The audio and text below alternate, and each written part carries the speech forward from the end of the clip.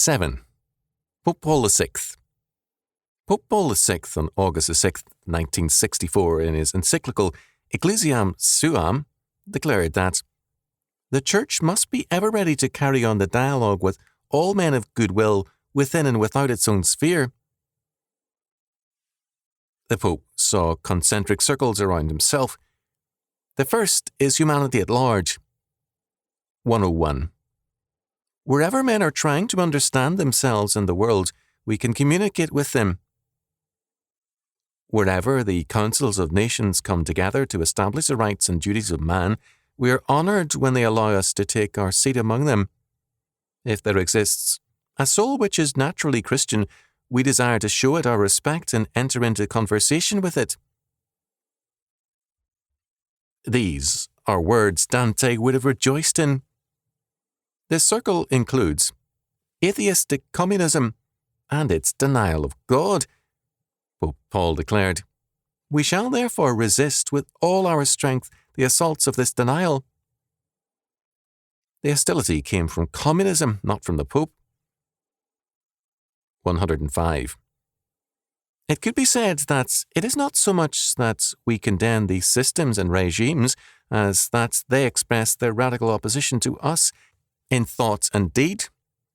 Our regret is, in reality, more sorrow for a victim than the sentence of a judge.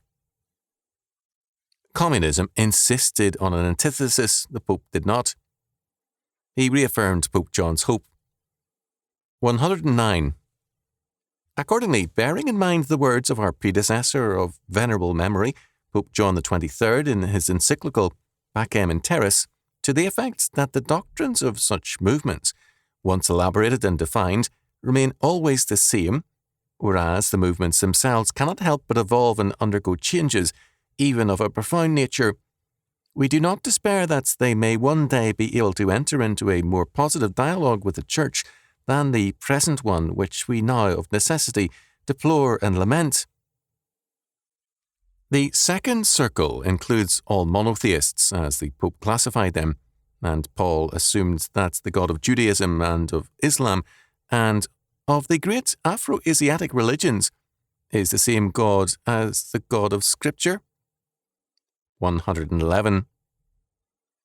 Then we see another circle around us. This too is vast in its extent, yet it is not so far away from us. It is made up of the men who above all adore the one supreme God whom we too adore. We refer to the children worthy of our affection and respect, of the Hebrew people, faithful to the religion which we call that of the Old Testament. Then to the adorers of God according to the conception of monotheism, the Muslim religion especially deserving of our admiration for all that is true and good in their worship of God, and also to the followers of the great Afro-Asiatic religions.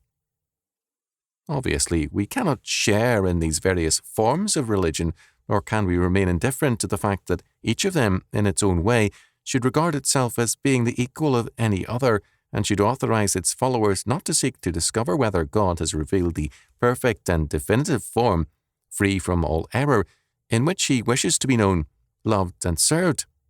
Indeed, honesty compels us to declare openly our conviction that there is but one true religion, the religion of Christianity. It is our hope that all men who seek God and adore him may come to acknowledge its truth. 112.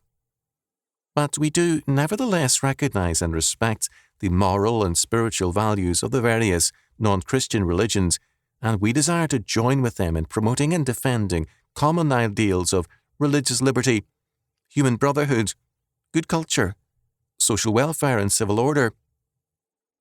For our parts, we are ready to enter into discussion on these common ideals and will not fail to provide every opportunity for such discussion conducted with genuine mutual respect, where it would be well received. The third circle Paul cited is Christianity, and here the dialogue is ecumenical.